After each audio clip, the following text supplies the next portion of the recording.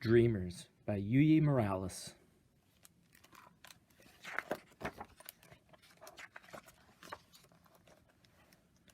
I dreamed of you, then you appeared, and together we became resplendent life, you and I. One day we bundled our gifts in our backpack and crossed a bridge, outstretched like the universe. Adios, corazón. And when we made it to the other side, thirsty, in awe, unable to go back, we became immigrants. Migrantes, you and I. The sky and the land welcomed us in words unlike those of our ancestors.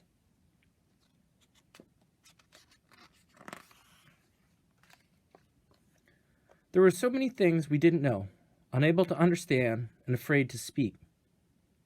We made lots of mistakes.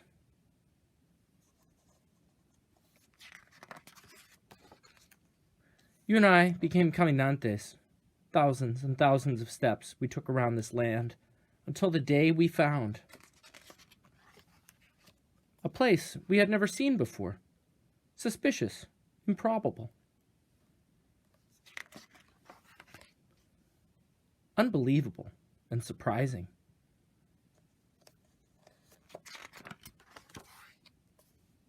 Unimaginable.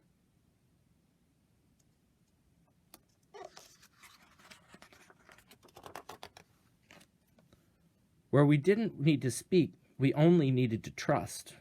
And we did.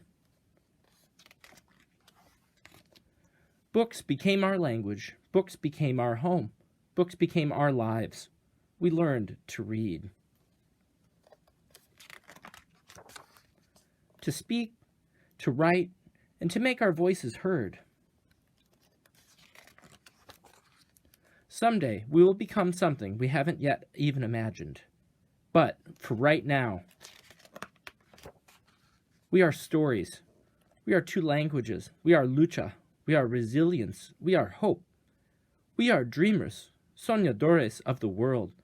We are love.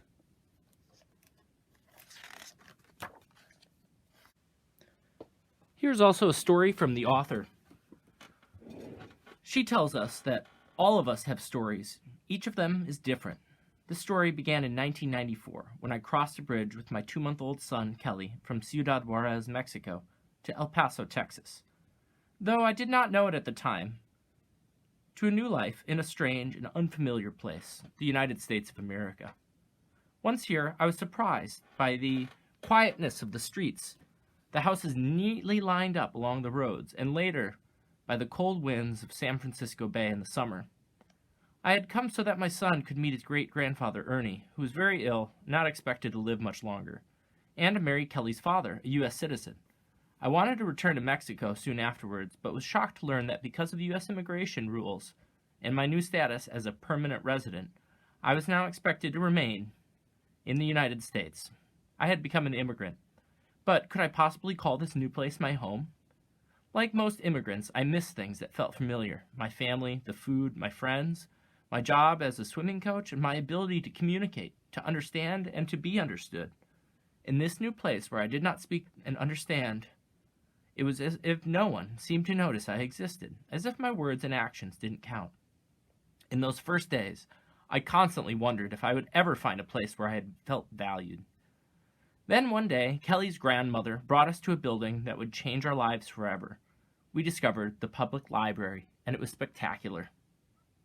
I had never been in a place where you could just take books from the shelves without asking, and without being scolded for taking them. And there were picture books, something I had never encountered before. I could not believe how beautiful and sturdy they were, and then, when I opened them, I was amazed at the power of their illustrations. Even though I could understand very few of the words, I realized I could understand the story through those images, a realization that would come to inspire me later on. I began bringing Kelly there almost every day, and although at first it was difficult for little baby to stay longer than a few minutes, eventually we were able to spend the entire afternoon looking at picture books, often only leaving when we were told the library was closing. We were at home. During those years, as Kelly got older, librarians at the Western Addition branch, Richmond branch, Presidio Branch, Mission Branch, and the San Francisco Main Library on Larkin Street, among many others, guided Kelly and me to find books we could love, though in an English that I struggled to understand. One day, when Kelly was not 2 years old, Nancy Jackson, the children's librarian at the Western Addition branch, handed him his own library card. I was in awe. We could now take home a stroller brimming with books. One of the most important things I learned at the library is that through books we can find our path and our purpose. I also learned that I love to tell stories, that I could tell them through books. I studied the books I admired so much and became so determined to make my own. My first efforts were very simple, very crude, made by hand and bound with ribbons and filled with my own stories and drawings. I was so proud of those books. Kelly was not a dreamer in the way of the word is used today to refer to young, undocumented immigrants who were brought to the U.S. as children, and who have lived and gone to school here and know no other country than this one as their own. Kelly and I were dreamers in the sense that all immigrants, regardless of our status, are dreamers. We enter a new country carried by hopes and dreams, carrying our own special gifts to build a better future. Dreamers and dreamers of the world, migrantes, soñadores. Now I have told you my story. What is yours? The end.